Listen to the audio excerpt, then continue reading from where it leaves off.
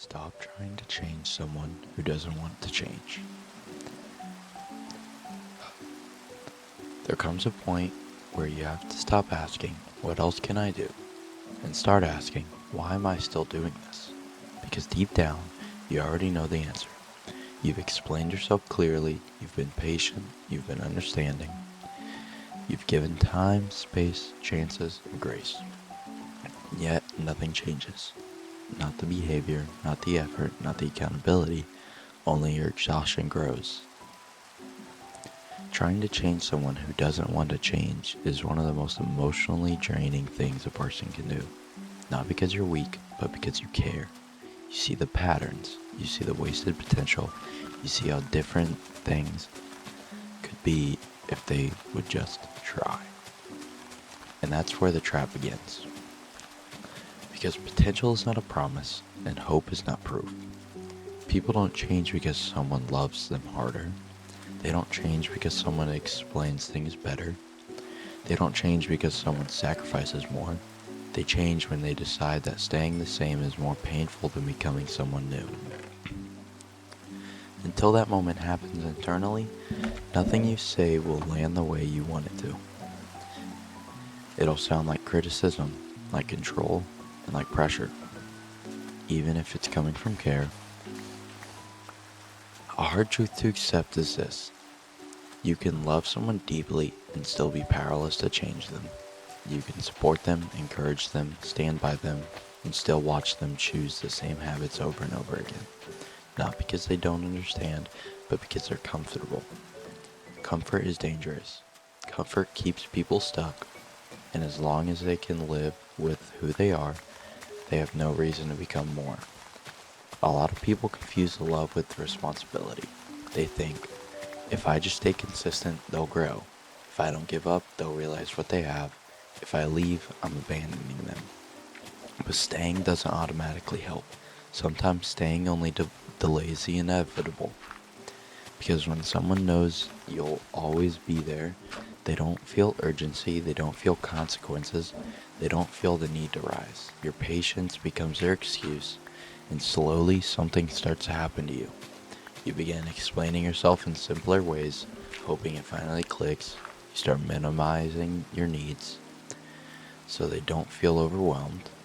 You accept half effort because full effort feels unrealistic now. You adjust, you bend, you wait, until one day you realize you're doing all the growing alone. Trying to change someone who doesn't want to change teaches you to abandon yourself. You stop trusting your instincts, you second guess your boundaries, you normalize disappointment.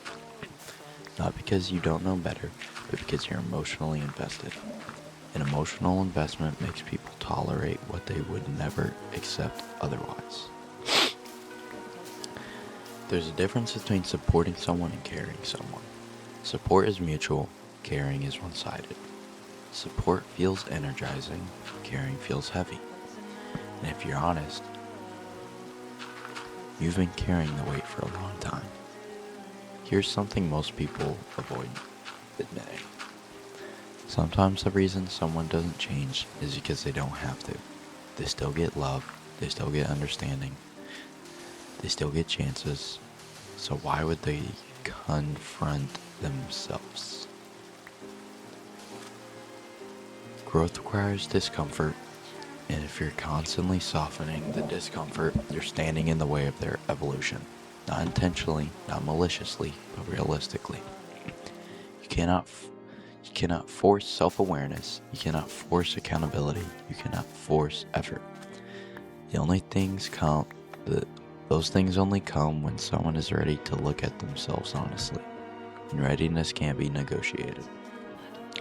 This is where acceptance comes in. Not approval, not agreement, but clarity. Accepting that this is who they are right now, not who they promise to be, not who they were at their best, not who they might become someday, but who they are consistently. And once you accept that, you have a decision to make.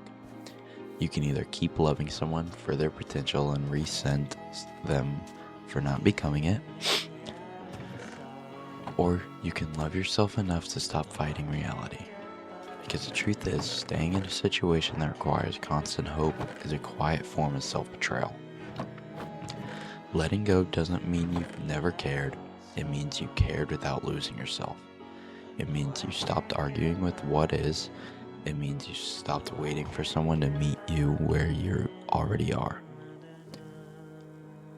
Sometimes people only grow after they lose access to what made them comfortable. Not out of punishment, but out of reflection. And sometimes your absence does more than your presence ever could.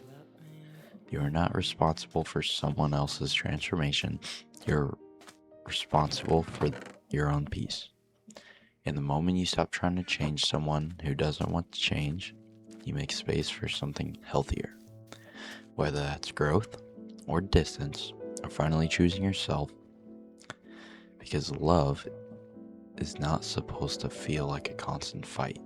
And effort is not supposed to be one-sided. And you don't need to keep proving your worth to someone who refuses to rise.